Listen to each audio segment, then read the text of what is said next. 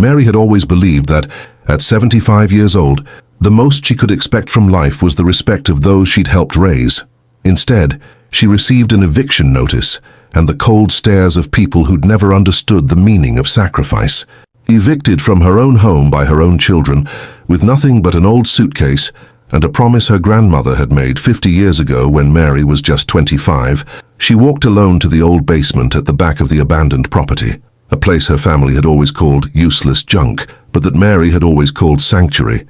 Her children laughed cruelly when they saw her descend those damp, dark stairs. They thought she was hiding in her own defeat, that she'd finally accepted her place as the family's shame.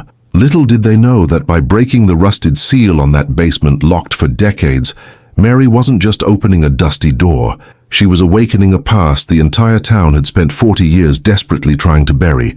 What Mary found inside that dust-covered oak chest wasn't glittering jewels or hidden stacks of money. It was something infinitely more powerful, a wedding dress that was never worn, and yellowed letters that would bring the powerful people who'd evicted and humiliated her to their knees, begging for forgiveness before sunset. If you've ever been judged unfairly, if you've ever carried the weight of lies others told about you, if you've ever felt your reputation was stolen and never recovered, this story is for you. Prepare to discover what happens when a 75-year-old woman who has absolutely nothing left to lose finds the secret her grandmother kept with love to save her on the darkest day of her life. Subscribe now, because what Mary does with this truth will make you believe it's never ever too late to clear your name and reclaim your dignity. Welcome to Dreams Don't Age. Mary Elizabeth Sullivan stood on the sidewalk outside the house where she'd lived for 23 years, watching her children load the last of her belongings into a donation truck. Not their truck, a donation truck operated by strangers who would sort through her life and decide what was worth keeping and what deserved to be thrown away. They weren't even keeping her things, weren't storing them in case she might need them later.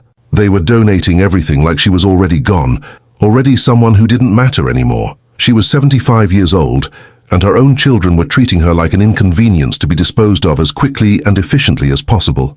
"Mum, you really need to move now," Robert said without looking at her, his voice flat and businesslike, the same tone he probably used with difficult clients at his law firm. He was 50 years old, her oldest son, the baby she'd rocked through countless sleepless nights, and he couldn't even meet her eyes. "The new owners are coming tomorrow morning to start renovations. You can't be here when they arrive. It'll be awkward for everyone." Awkward, that was the word he chose, not tragic, not unjust, not heartbreaking. Awkward. Mary looked at the house, a modest two-story structure with peeling yellow paint and an overgrown garden she'd tended as well as she could with her aging body. It wasn't much, hadn't ever been grand or impressive, but it had been hers for 23 years, or at least she'd thought it was hers in the way that mattered. She'd lived there since her husband Thomas died, paying rent faithfully every single month to the elderly landlord, who'd seemed kind enough, who'd told her she could stay as long as she needed, that he understood what it was like to be alone. She'd never missed a payment in 2 decades, had kept the place clean and maintained despite her limited income from seamstress work. But 3 months ago, the landlord had passed away peacefully in his sleep at 92. His daughter, a woman Mary had never met who lived in California and saw the property only as a financial asset, had immediately sold it to developers who planned to tear it down and build something modern and profitable. And Mary, who'd never had a formal lease, just a handshake agreement with a man now gone, just a verbal promise that meant nothing in the eyes of the law, had no legal right to stay. Her children could have helped her fight it, could have hired a lawyer to at least delay the eviction, could have argued for tenant rights or demanded more time to find alternative housing, could have helped her search for a new place to live, driven her to viewings, co-signed a lease. Instead, they'd shrugged and said it was probably for the best that she moved into some kind of facility where she'd be properly taken care of by people trained for that sort of thing. As if she was an object requiring specialized handling rather than their mother who'd devoted her entire life to raising them. Mary had refused absolutely. She wasn't going to some facility to sit in a communal room playing bingo while waiting to die, wasn't going to surrender the last shreds of her independence and dignity to become another elderly person warehoused until death. So her children had simply stopped helping, stopped calling, except to ask when she'd be out, stopped visiting, started treating her like she was already gone, already erased from their lives. And now here she was, standing on a sidewalk that wouldn't be hers in 24 hours, watching strangers carry away 40 years of accumulated possessions, while her children supervised with the detached efficiency of people clearing out a storage unit.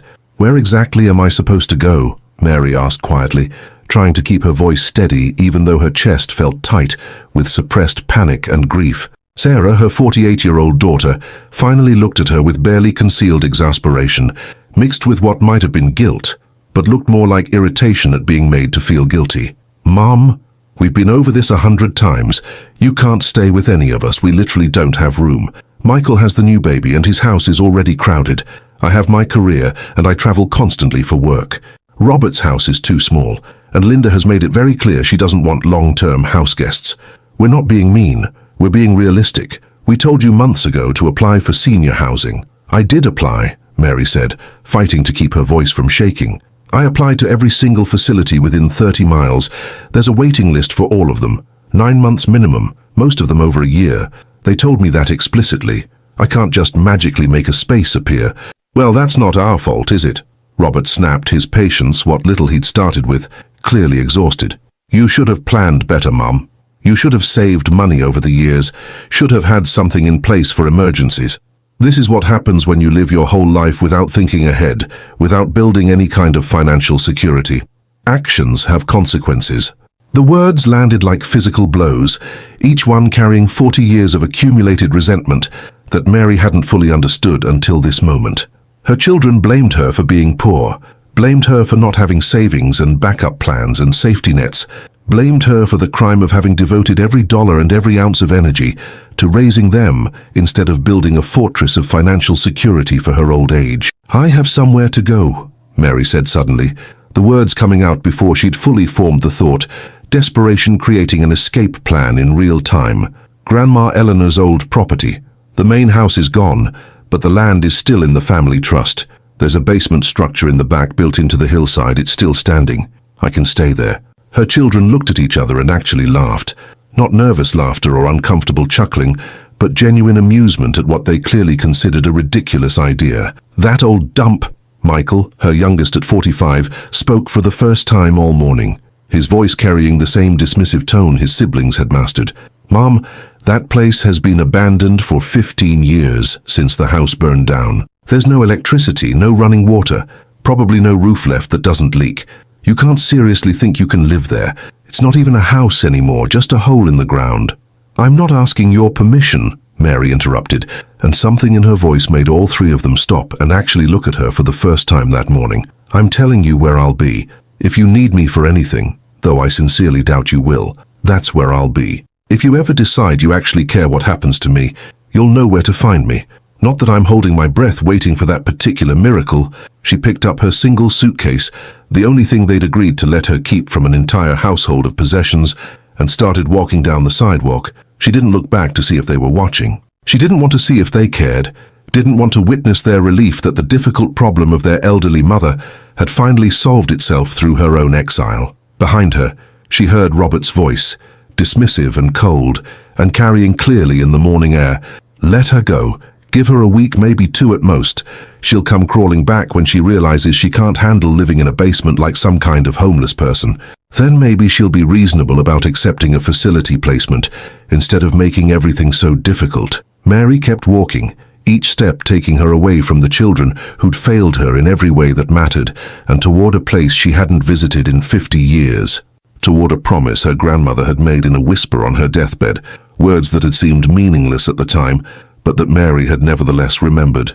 "When you have nowhere left to go, when you've lost everything, go to the sanctuary. I left you something there, something important, something that will save you when you need it most. Promise me you'll remember, Mary. Promise me." Mary had promised, holding her dying grandmother's hand and thinking it was just the rambling of someone whose mind was fading. And now, 50 years later, she was finally going to find out what Eleanor Hayes had meant. The property that had once belonged to Eleanor Hayes sat exactly 3 miles outside of Riverside, North Carolina, far enough from town to feel truly isolated, close enough that Mary could walk there in just under 90 minutes if she moved slowly and carefully. The main house had burned down 15 years ago in an electrical fire that destroyed everything above ground, leaving nothing but a charred foundation that nature had gradually reclaimed.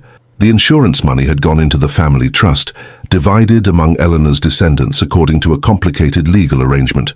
Mary had received her small share, maybe $8,000, which she'd immediately spent on medical bills after Thomas died of cancer. The land itself had sat empty and untouched since then, too rural and too damaged to attract buyers, too legally complicated to develop or sell. The family trust had paid minimal property taxes to keep it from being seized by the county, but nobody had visited in years. Nobody except Mary, apparently, even remembered it existed as anything other than a line item in an accounting ledger. But Mary remembered the basement. Not a basement under the house, but a completely separate structure. A root cellar that Eleanor's husband had built sometime in the early 1940s, dug deep into the hillside behind where the house had stood. It was an old-fashioned design, the kind of storage space people had created before reliable refrigeration, meant to keep vegetables and preserves cool through the summer and from freezing in winter. Eleanor had used it for exactly that purpose, but she'd also treated it as something more, a private space, a place that was entirely hers. My sanctuary, Eleanor used to call it, with a particular emphasis that suggested it meant more than just a story.